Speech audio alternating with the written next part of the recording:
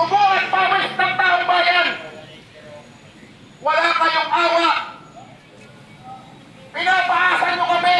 Pinapabalik-balik nyo kami. Pinag-triple-triple nyo kami. Kung ang layunin ninyo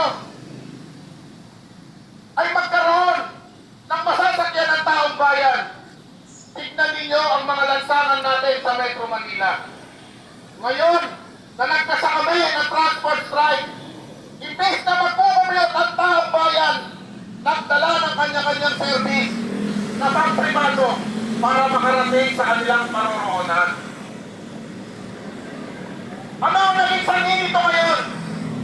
Sa dami ng sasakyan privado sa ating mga kakalsadahan, puhol-puhol na traffic. From Quezon City to Quezon City, 3 oras.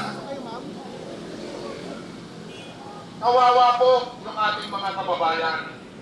Kayo ang problema, hindi ang taong bayan. Inilagay kayo dyan, inappoint kayo dyan para solusyonan yung mga problema. Pero ang nangyayari, kayo mismo yung problema. Sa taong bayan, sa mga driver, sa mga mananakay, sa mga operator at pamilya nito. Simple lang naman. Bigyan nyo kami kahit temporary lang ng mga dokumentong legal para makapagpatuloy kami sa hanap buhay habang tayo ay patuloy na nagdadialogo. Ano ang ginagawa ninyo? Ultimo sa dialogo, hirap na hirap kami. Ilabas ninyo yung mga dokumento na yan. Huwag ninyong itigil sa itlog ninyo, mga puso ninyo. Kung wala kang lagay na 200,000 piso, wala kang provisional authority, wala kang prangkisa sa isang sasakyan lamang. Tignan ninyo itong mga kasamahan namin. Kaya bang maglagay ng 200,000 yan? Pag nahuli lang ang kanilang mga lisensya, pagkulas ang kanilang plaka, hirap na hirap hindi makatubos. 200,000 pa kaya? Tama. Sobrang pagpapahirap ang ginagawa ninyo.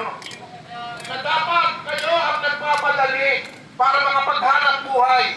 Makapaghanap buhay kami sa kalsada. Maibsan ang trapiko, maibsan ang paghihirap ng mga mananakay. Wala na lang masakyan. Ipe-face out nyo pa kami. Bakit hindi yung pagmumukha ninyo at tanggalin ninyo dito sa lupa?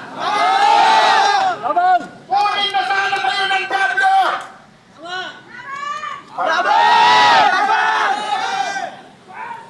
Isipin ninyo, gusto lang po makapaghanap buhay. Pero pinahihirapan ninyo, pinababalik-balik ninyo. Sa bagay nga naman, kung hindi ka magaling magnakaw, hindi ka ipupwesto sa gobyerno. Tama. Hindi lang. Hindi lang kalahating taon. Inaabutan na ng dekada. Kalahating dekada. Magkakaroon puno ng anti-colorum campaign, anti-colorum drive. Manguhuli, 2, 3. Katok. O sige, ipunin mo ilan yan. Para ano? Para magpayola. Para pahirapan.